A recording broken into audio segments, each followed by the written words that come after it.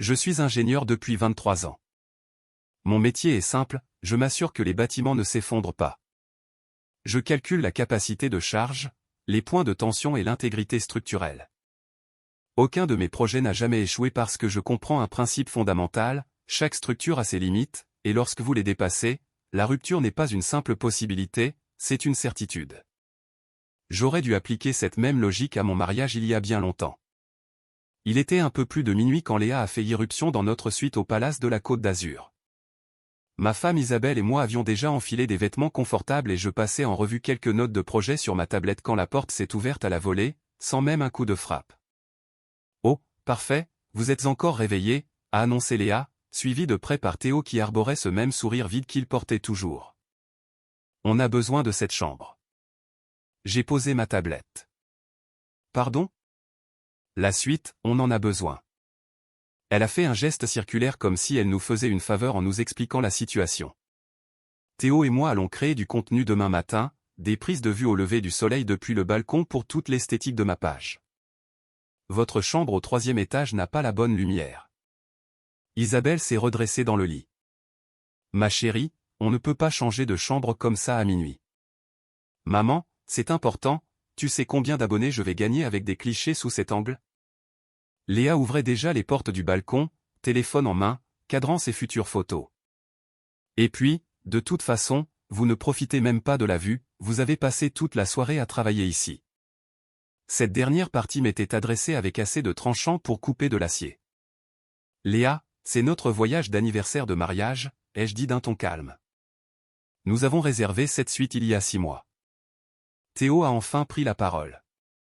Allez, mec, c'est juste pour une nuit, on rééchange demain. J'ai regardé ce gamin de 24 ans, sans emploi, vivant de ce que Léa lui donnait via son fonds de placement, ce même fonds que j'avais vu Isabelle vider de ses propres économies pour le renflouer parce que Léa enchaînait les investissements ratés dans des projets éphémères. Non, ai-je simplement répondu. Les yeux de Léa se sont écarquillés, elle n'avait visiblement pas l'habitude d'entendre ce mot. Tu es sérieux, là ? Totalement. Elle s'est tournée vers Isabelle. Maman, dis-lui quelque chose. Et c'est là que 20 ans de mariage se sont effondrés en un seul instant. Isabelle m'a regardé avec ses yeux suppliants que j'avais vus 1000 fois auparavant. Le même regard que lorsque Léa avait besoin d'argent pour sa boutique qui a fermé après 3 mois. Le même regard quand nous avons dû payer sa caution pour un bail qu'elle ne pouvait pas assumer. Le même regard à chaque fois que les problèmes de sa fille devenaient les nôtres. Nicolas, a dit doucement Isabelle, laisse-lui la suite, c'est plus simple, ne fais pas d'histoire pour ça. Ne pas faire d'histoire. Comme si fixer une limite dans ma propre suite d'anniversaire faisait de moi quelqu'un de déraisonnable. Je me suis levé et je suis allé vers le placard. Isabelle m'a suivi. Qu'est-ce que tu fais ? Je fais ma valise. Nicolas, arrête, c'est juste une nuit, on peut prendre leur chambre. Non, Isabelle, on ne peut pas. J'ai descendu ma valise de l'étagère parce que ce n'est pas une question de chambre, c'est le fait que ta fille vienne d'entrer dans notre suite à minuit pour exiger qu'on parte, et que ta seule réponse soit de me dire de ne pas faire d'histoire. Derrière nous, j'entendais déjà Léa au téléphone avec le service d'étage, commandant du champagne, tandis que Théo testait la pression de l'eau dans la douche. Isabelle a baissé d'un ton. Tu réagis de manière excessive. Ah bon ? J'ai plié une chemise avec des mouvements précis. C'est quand la dernière fois que Léa a fait face aux conséquences de ses actes ? C'est quand la dernière fois que tu as choisi ton mari plutôt que les caprices de ta fille ? Ce n'est pas juste. Juste ? J'ai fermé ma valise d'un coup sec. Tu veux parler de ce qui est juste ? J'ai payé l'intégralité de ce voyage. J'ai payé son billet d'avion. J'ai payé pour la voiture de location qu'elle a démolie l'année dernière. J'ai payé pour ce conseil en entreprise qui s'est avéré être une arnaque pyramidale. Et maintenant, je suis censé céder ma suite d'anniversaire parce qu'elle a besoin d'une meilleure lumière pour Instagram. Les yeux d'Isabelle se sont remplis de larmes. Pourquoi es-tu comme ça ? C'est là que j'ai réalisé une chose, après 2 décennies de mariage, elle ne comprenait sincèrement pas. Elle avait confondu ma patience avec de la faiblesse pendant si longtemps qu'elle croyait réellement que je n'avais pas de limite. Je serai en bas, ai-je dit en mettant mon sac sur l'épaule. Nicolas, attends, où vas-tu dormir ? Ce n'est plus ton problème. Je suis passé devant Léa qui était déjà affalée sur notre lit en faisant défiler son écran. Elle n'a même pas levé les yeux. Théo, lui, l'a fait. Et mec, sans rancune, hein? Je me suis arrêté à la porte et je les ai regardés, lui, Léa, et Isabelle qui restait au milieu de la pièce, l'air confuse de voir que je n'acceptais pas la situation comme j'avais tout accepté par le passé. Profitez bien du champagne, ai-je dit, c'est une grande cuvée, je m'en suis assuré lors de la réservation. J'ai fermé la porte sur le son d'Isabelle m'appelant par mon nom. Le couloir était calme, propre, paisible. J'ai pris l'ascenseur jusqu'au hall et, pour la première fois depuis des années, j'ai eu l'impression de pouvoir respirer. Parce que voici ce qu'Isabelle n'a jamais compris en ingénierie, quand on identifie une faille structurelle, on ne vit pas avec en espérant que tout ira bien, on démolit et on recommence à zéro. Et j'avais beaucoup de démolitions à faire. Le hall était presque vide à 1h du matin, juste un réceptionniste de nuit consultant son téléphone et un couple prenant un verre tranquillement au bar. Je me suis approché de la réception et le clerc s'est redressé. « Monsieur Berthier, tout se passe bien dans votre suite ?» La suite est parfaite, Nathan. J'avais pris soin d'apprendre les prénoms du personnel à notre arrivée. Je dois apporter des modifications aux réservations. Il a ouvert mon dossier. Bien sûr, que puis-je faire pour vous? Tout dans ce complexe avait été réservé via le compte professionnel du cabinet Berthier et Marchand. Je dois révoquer toutes les autorisations, sauf pour ma réservation personnelle, de laquelle je quitterai l'hôtel d'ici 1 heure. Les doigts de Nathan se sont figés sur le clavier. Je vous demande pardon? Vous voulez retirer l'autorisation pour Madame Berthier et Mademoiselle Léa Berthier? Retirez-les de toute la facturation d'entreprise. Les rendez-vous au spa demain, les réservations de restaurants, le forfait sport nautique, tout. Si elles souhaitent maintenir leur séjour, elles devront fournir leurs propres moyens de paiement et un dépôt de garantie. Il avait l'air mal à l'aise. Monsieur Berthier, il est très tard, peut-être que demain matin quand vous aurez eu le temps de... Nathan, je suis ingénieur, je ne prends pas de décisions impulsives. J'ai fait glisser ma carte de société sur le comptoir. Je fais une correction structurelle. Quel est le montant actuellement débité sur la suite? Il a vérifié. En incluant le champagne qui vient d'être commandé, environ 2300 €. Mettez cela sur ma carte personnelle. À partir de maintenant, tout nécessite une autorisation de paiement séparée de la part de l'occupant. Je veux aussi que vous notiez que les exigences de caution ont changé, conformément à la politique standard pour les clients sans garant d'entreprise. C'est combien? 5 000 €? Oui monsieur, 5 000 € de caution pour les suites de cette catégorie. Parfait. Elles devront fournir cela demain avant midi ou libérer la chambre. Sommes-nous clairs? Nathan a hoché la tête lentement, réalisant ce que cela signifiait. Très clair, monsieur Berthier, je fais les annotations dans le système immédiatement. Merci. J'ai sorti mon téléphone. Je dois aussi contacter le service conciergerie pour les vols de retour. Ils ont également été réservés sur le compte de voyage de l'entreprise. Les 3 sièges en classe à faire sur le vol de vendredi après-midi, annulés en 2. Gardez le mien. J'écrivais déjà un courriel à Juliette, mon assistante à Lyon. Il était tard, mais elle le verrait dès la première heure. Annulez aussi la réservation de la voiture de location pour la semaine, je m'occuperai de mon propre transport vers l'aéroport. Nathan essayait de garder son calme professionnel mais je voyais les questions dans ses yeux. Ce sera tout? Oui, j'ai besoin d'une impression de tous les frais et autorisations actuellement au dossier, une documentation complète. Il a tout imprimé, agrafé proprement et fait glisser le dossier vers moi.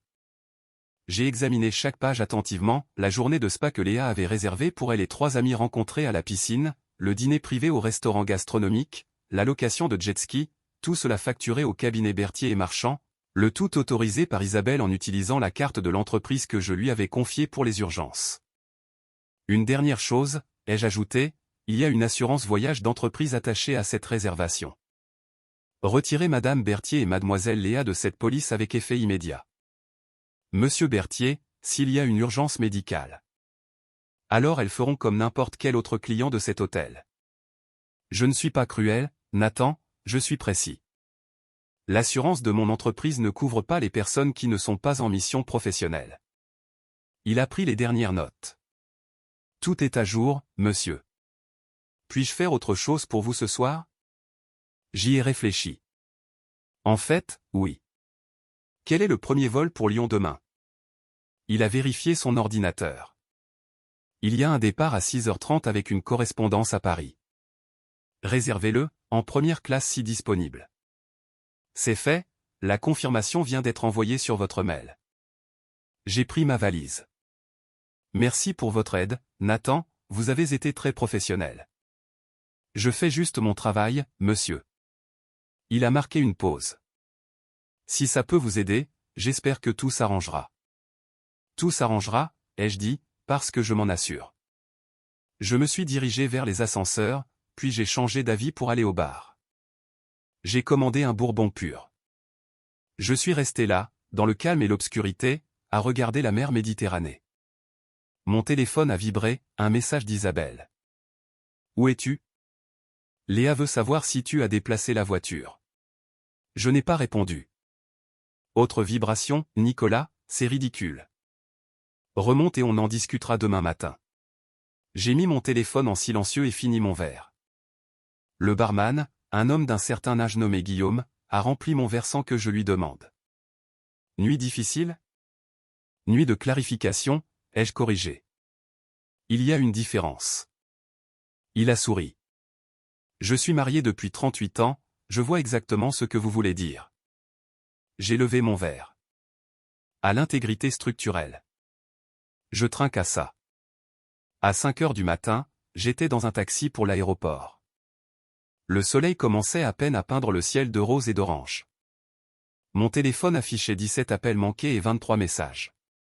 Je n'en ai consulté aucun, car Isabelle pensait encore qu'il s'agissait d'une histoire de chambre. Elle pensait que j'allais me calmer, revenir et qu'on en rirait un jour. Elle n'avait aucune idée que je venais de démanteler toutes les fondations de sa vie confortable. Mais elle allait bientôt le découvrir. Au moment où mon avion décollait, je passais déjà en revue les comptes du cabinet sur mon ordinateur portable. Et c'est là que j'ai trouvé quelque chose qui faisait passer l'incident de la suite pour un inconvénient mineur. Quelqu'un volait mon entreprise, et j'avais une petite idée de qui. Léa s'est réveillée à 9h avec un mal de crâne carabiné et la vue sur mer qu'elle avait exigée. Théo ronflait encore à ses côtés, un bras jeté sur l'oreiller où je dormais quelques heures plus tôt. Elle a pris son téléphone et a commandé le petit déjeuner, Bénédicte, fruits frais, café de spécialité. Le genre de petit déjeuner qui coûte 80 € dans un palace. Elle n'a même pas regardé le prix. 30 minutes plus tard, on a frappé à la porte. Mais au lieu du service d'étage, c'était Nathan, l'air nettement moins amical qu'à 1h du matin. Mademoiselle Berthier, nous devons discuter de votre compte. Quoi encore? Léa était déjà agacée. Votre autorisation d'entreprise a été révoquée. Nous aurons besoin d'un autre moyen de paiement pour votre séjour, ainsi que d'un dépôt de garantie de 5 000 €. De quoi parlez-vous? Mon beau-père a tout réglé. Monsieur Berthier vous a retiré, vous et Madame Berthier, du compte de la société. Tous les frais à venir nécessiteront vos informations de paiement personnel. Léa a ri. C'est insensé. Il fait juste son gamin parce qu'on a pris la suite. Ma mère va régler ça. Votre mère a également été informée. Nous avons tenté de débiter sa carte au dossier pour la commande du petit déjeuner et elle a été refusée. Cela a attiré son attention. Refusée? C'est impossible. Quoi qu'il en soit, nous aurons besoin du paiement des frais actuels et de la caution avant midi, sinon nous devrons vous demander de libérer les lieux. Léa a immédiatement appelé Isabelle, qui était dans sa petite chambre au 3e étage, déjà en pleine crise financière. Maman, c'est quoi ce délire? Ils disent que Nicolas a tout annulé. La voix d'Isabelle était serrée. Je sais. J'essaie de le joindre toute la matinée. Il ne répond pas. Eh bien, arrange ça. J'ai des gens qui viennent pour un brunch à 11h. Léa, je ne peux pas l'arranger. Je viens d'essayer d'utiliser la carte de notre compte joint et elle est bloquée. Tout est bloqué. Comment ça, bloqué? Nicolas m'a retiré l'accès à nos comptes. Tous. Léa a ressenti la première pointe de réelle inquiétude. Il n'a pas le droit, vous êtes mariés. Apparemment, si. Le compte de la maison, les cartes de crédit, tout est à son nom. Je ne suis qu'une utilisatrice autorisée. La voix d'Isabelle a tremblé. J'ai 300 € sur mon compte personnel, c'est tout. Alors appelle-le. Dis-lui d'arrêter. Tu crois que je n'ai pas essayé? Il ne décroche pas. J'ai appelé le bureau et Juliette m'a dit qu'il était en réunion toute la journée et qu'il avait demandé à ne pas être dérangé. Le téléphone de Léa a bipé, un autre appel. Elle l'a ignoré. C'est psychotique. Tout ça parce qu'on voulait la suite pour une nuit. Je ne pense plus que ce soit à cause de la suite. Un autre bip. Cette fois, Léa a regardé. C'était le service de facturation du palace. Puis un autre appel du spa annulant ses rendez-vous. Puis le concierge l'informant que sa réservation de dîner était annulée faute de garantie de paiement. Théo s'est enfin réveillé.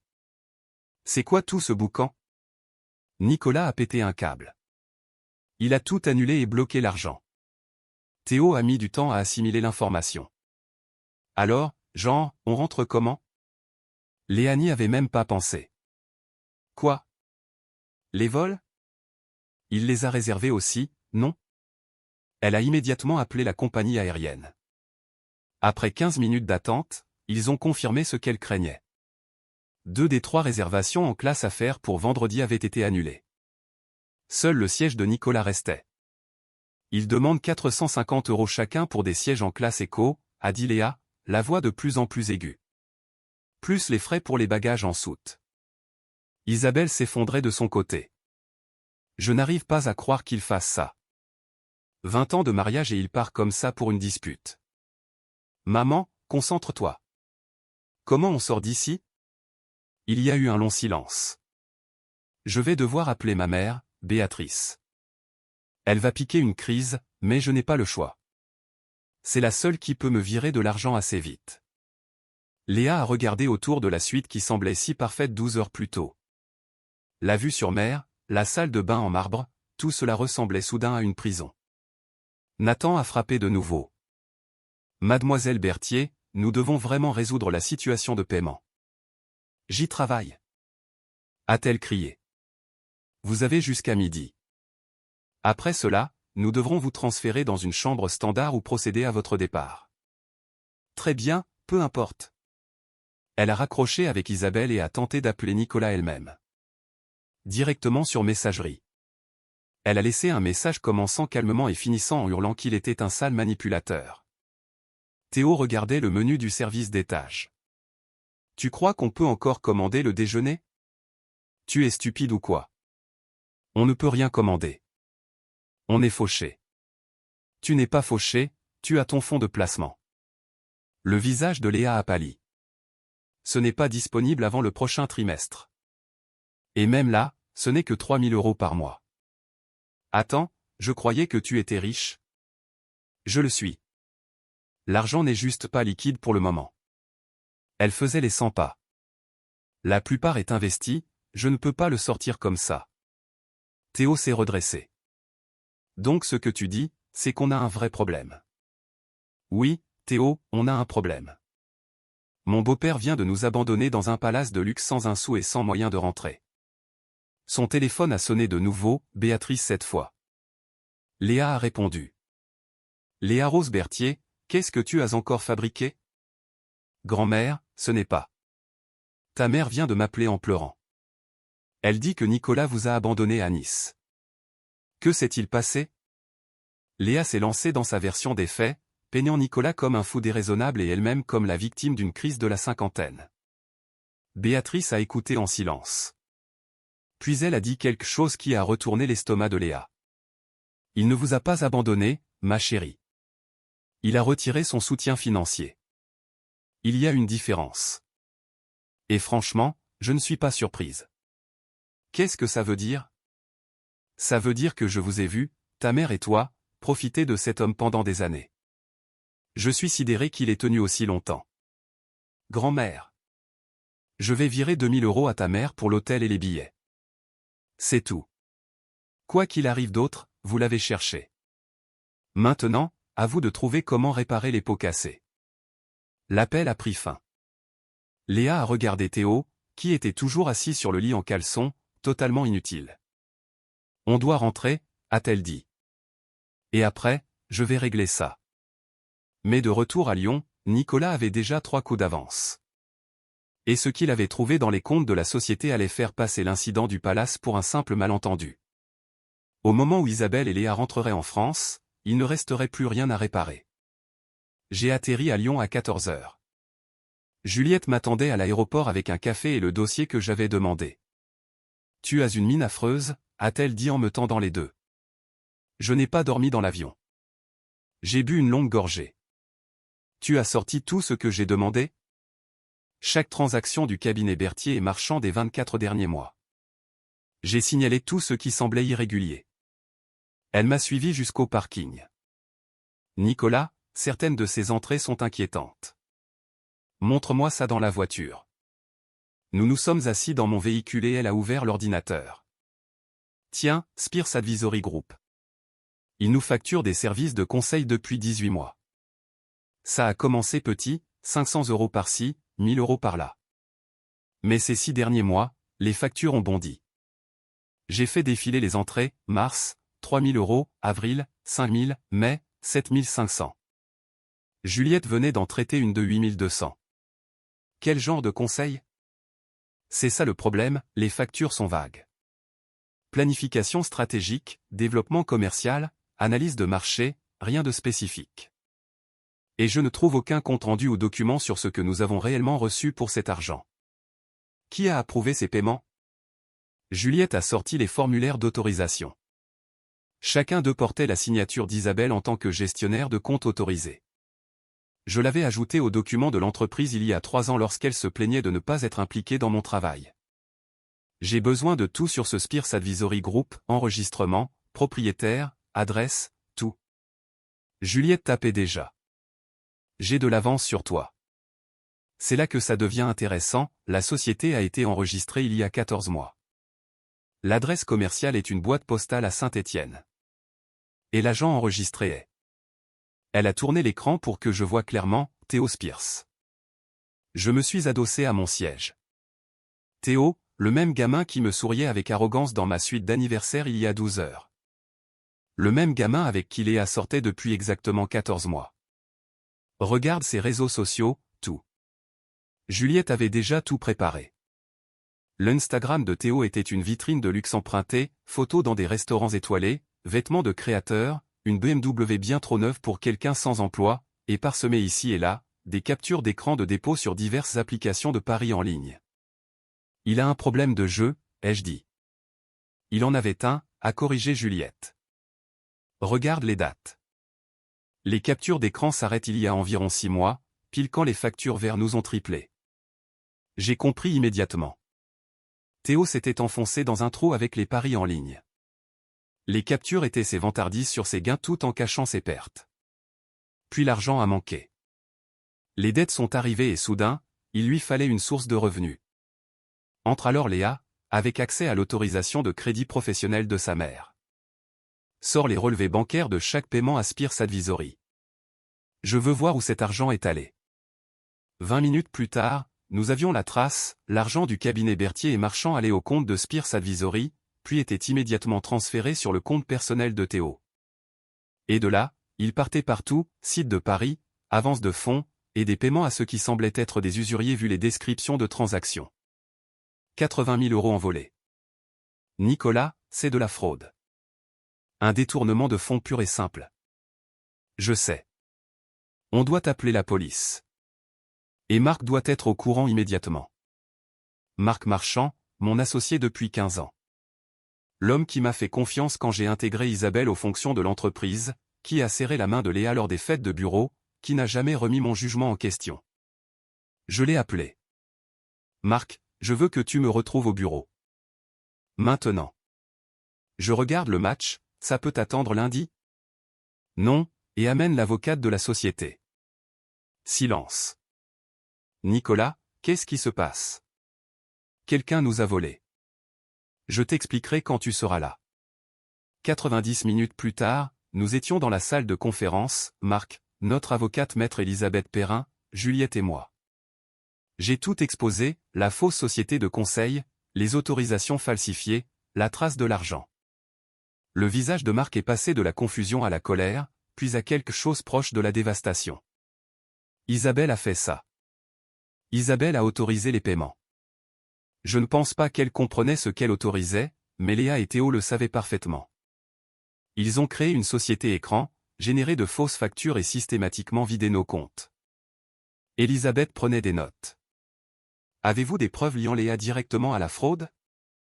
Juliette a fait glisser un mail imprimé. Ça vient de l'adresse personnelle de Léa à Théo. Trouvée dans une sauvegarde cloud. Elles discutent de combien ils peuvent facturer ce mois-ci sans attirer l'attention. Citation directe, ma mère ne lit pas vraiment les factures, elle signe juste ce que je lui dis de signer. Marc s'est levé et est allé vers la fenêtre. 15 ans que nous bâtissons cette entreprise. Notre réputation est impeccable, et la fille de ta femme a failli tout détruire pour des dettes de jeu. Mon ex-femme, ai-je dit calmement. Je demande le divorce lundi matin.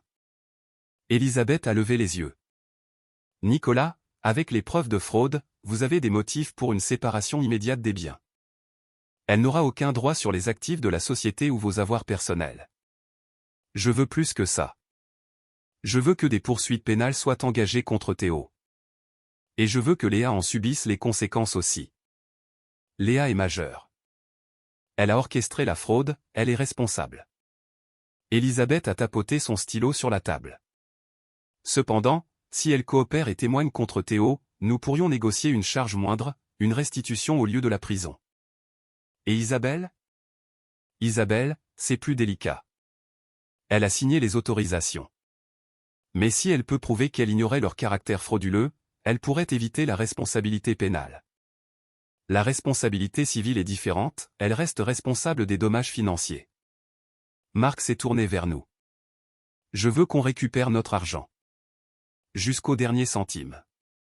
Nous déposerons une plainte au civil quels que soient les résultats au pénal, a dit Elisabeth. Nous ferons saisir tout ce qu'il possède. Bloquer les comptes. La totale. J'ai pensé à Isabelle se réveillant dans cette chambre d'hôtel, confuse de voir ses cartes bloquées. Au visage arrogant de Léa exigeant ma suite. Au sourire de Théo. Faites-le, ai-je dit. Tout. Juliette s'est raclé la gorge. Nicolas, Isabelle n'arrête pas d'appeler au bureau. Elle a l'air désespérée. Qu'elle le reste. Je ne lui parlerai pas avant qu'elle reçoive les papiers par huissier. Elisabeth a rangé ses dossiers. J'aurai l'assignation en divorce prête lundi matin. Une ordonnance d'éloignement aussi, si vous le souhaitez. Je la veux. Je veux qu'elle sorte de ma maison et qu'elle s'éloigne de mon entreprise. Marc m'a accompagné à ma voiture après la réunion. Tu tiens le coup? Honnêtement, j'ai l'impression d'avoir porté une poutre fissurée pendant 20 ans et de pouvoir enfin la poser. Il a ri, mais d'un rire creux. J'aimais bien Isabelle. Je pensais qu'elle était quelqu'un de bien pour toi. Elle était douée pour faire semblant. Il y a une différence. Je suis monté au volant. On se voit lundi, Marc. On a une entreprise à protéger. Je suis rentré dans ma maison vide. Pas d'Isabelle laissant les lumières allumées dans chaque pièce. Pas de voix de Léa résonnant lors de ses appels vidéo. Juste le silence, l'espace et les fondations que j'avais bâties bien avant que l'une ou l'autre n'apparaissent. Mon téléphone a vibré, un autre message d'Isabelle. Je ne l'ai pas lu. À la place, j'ai tout transféré à Elisabeth et j'ai bloqué le numéro.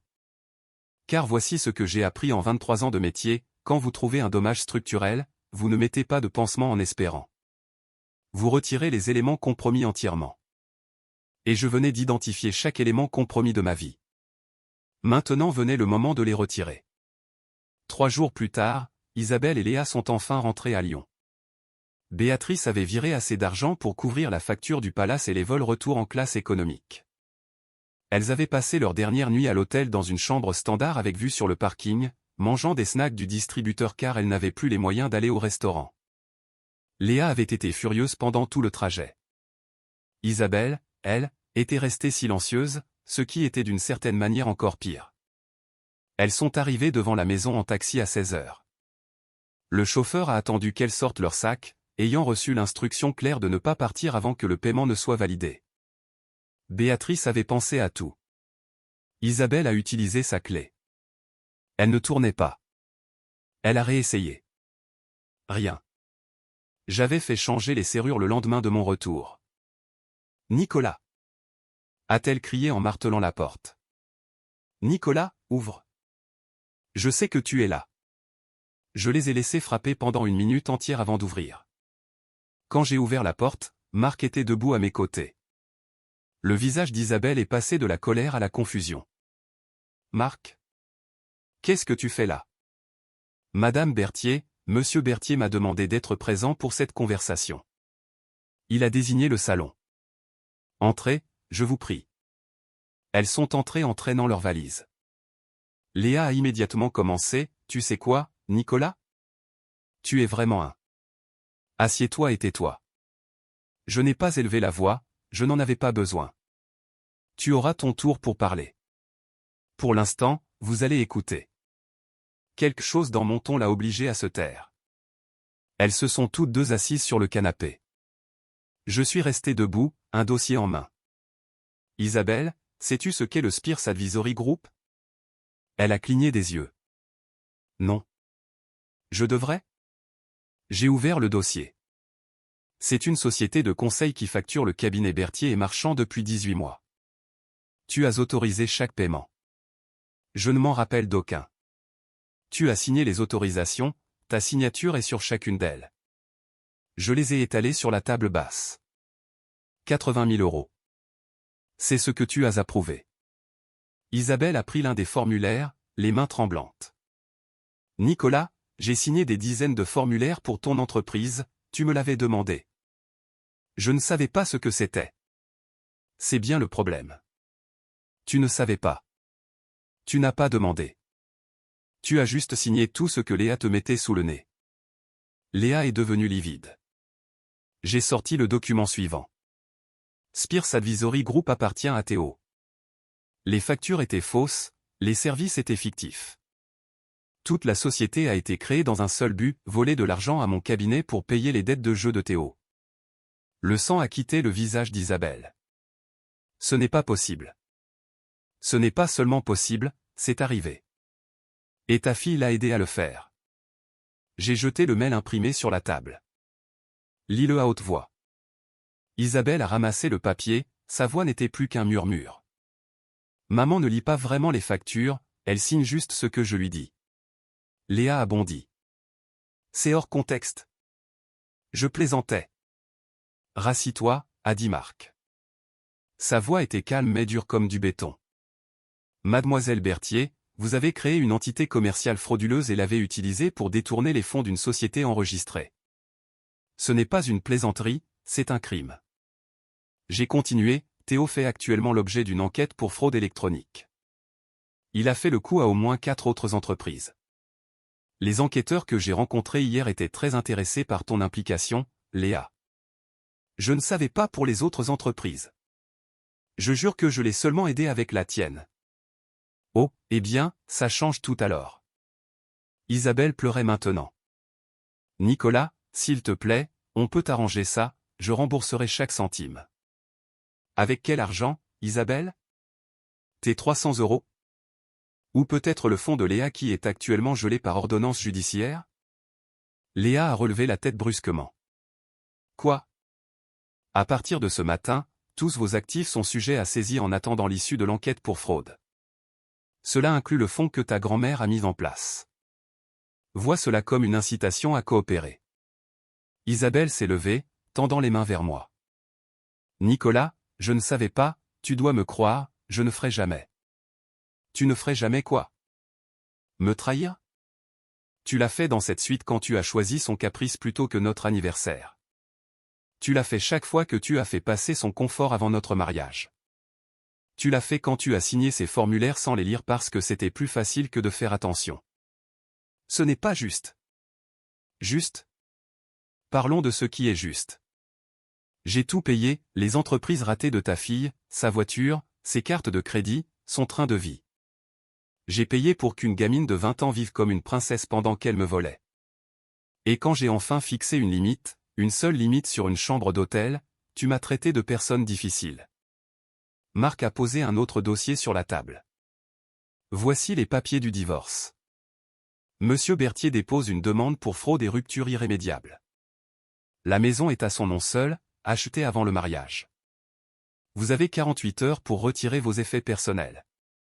Les jambes d'Isabelle ont semblé lâcher, elle s'est effondrée sur le canapé. J'ai regardé Léa. Tu as un choix, tu peux coopérer à l'enquête contre Théo, témoigner honnêtement, et nous recommanderons au procureur d'être clément. Travaux d'intérêt général, sursis, probation. Ou tu peux le protéger et tu feras face à tout le poids des charges de fraude criminelle. À toi de voir. C'est mon petit ami. C'est un escroc qui s'est servi de toi pour commettre des crimes. Mais vas-y, protège-le, tu verras bien où ça te mène. Maître Perrin est entré depuis la cuisine où elle attendait. Madame Berthier, je suis l'avocate de Monsieur Berthier. Voici votre assignation. Elle a tendu à Isabelle une épaisse enveloppe. C'est la demande de divorce, une ordonnance d'éloignement vous interdisant d'approcher à moins de 150 mètres du cabinet Berthier et Marchand, et un avis de notre intention de poursuivre au civil pour dommages et intérêts.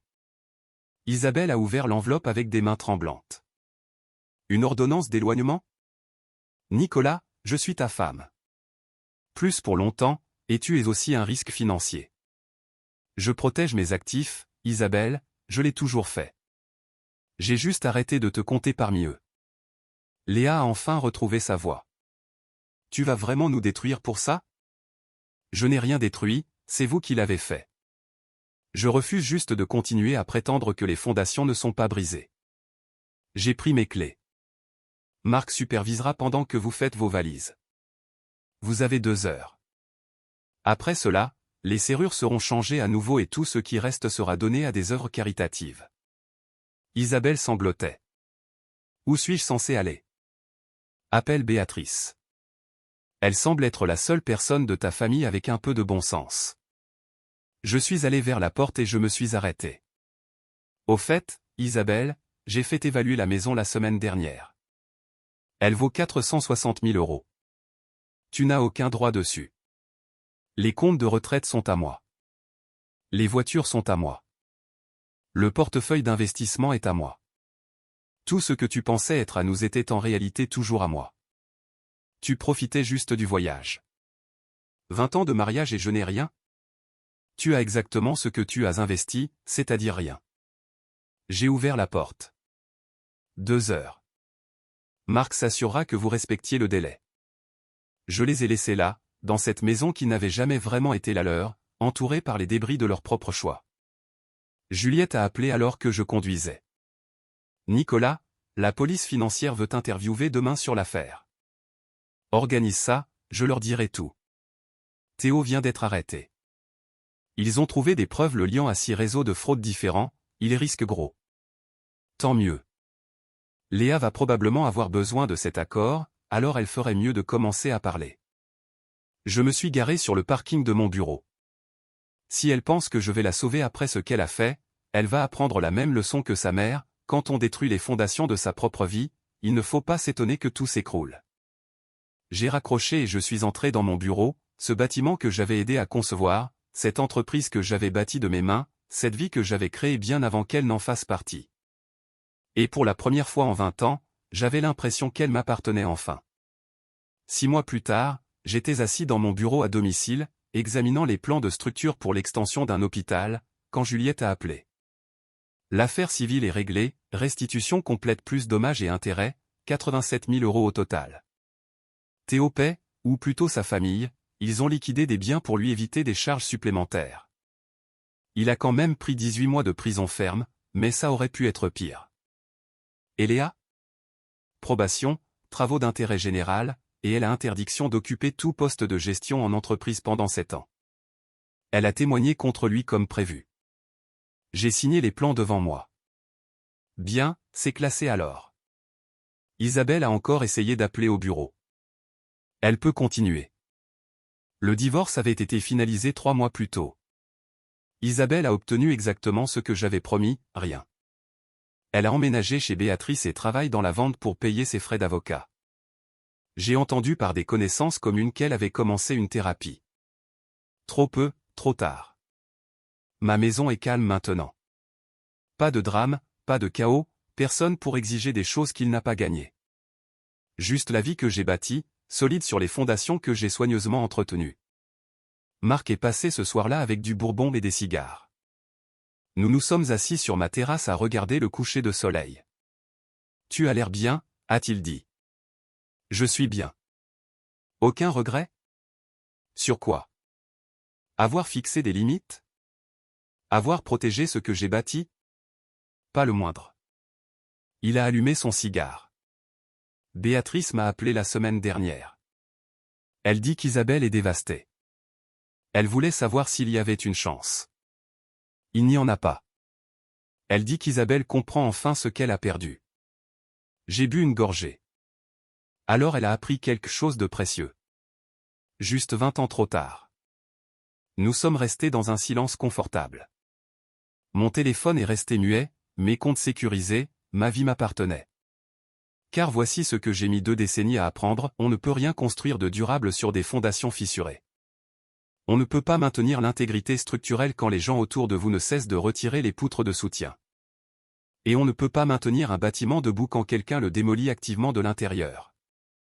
Isabelle m'avait demandé un jour pourquoi j'étais si froid. La réponse était simple, je n'étais pas froid, j'étais un ingénieur. J'avais identifié les points de rupture, calculé les dommages et apporté les corrections nécessaires.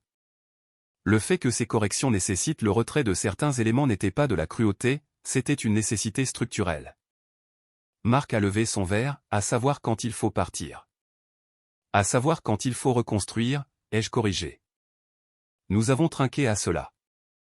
Et quelque part en ville, dans un petit appartement qu'elle pouvait à peine s'offrir, Isabelle se demandait probablement comment tout s'était effondré si vite. Mais j'aurais pu lui donner la réponse. J'avais essayé de lui dire pendant 20 ans, ça ne s'est pas effondré vite. Cela s'affaiblissait lentement, compromis après compromis, limite après limite franchie, manque de respect après manque de respect toléré. J'ai juste fini par arrêter de prétendre que je ne voyais pas les fissures. La structure avait été condamnée bien avant que je ne quitte cette suite. J'ai juste rendu la chose officielle. Et maintenant, assis dans ma maison avec mon entreprise intacte et ma vie sous contrôle, je pouvais enfin voir clair. Certains bâtiments peuvent être réparés, d'autres doivent être démolis pour pouvoir repartir sur de nouvelles bases. J'ai choisi de repartir à neuf, et je n'ai jamais été aussi certain d'une décision structurelle de toute ma vie.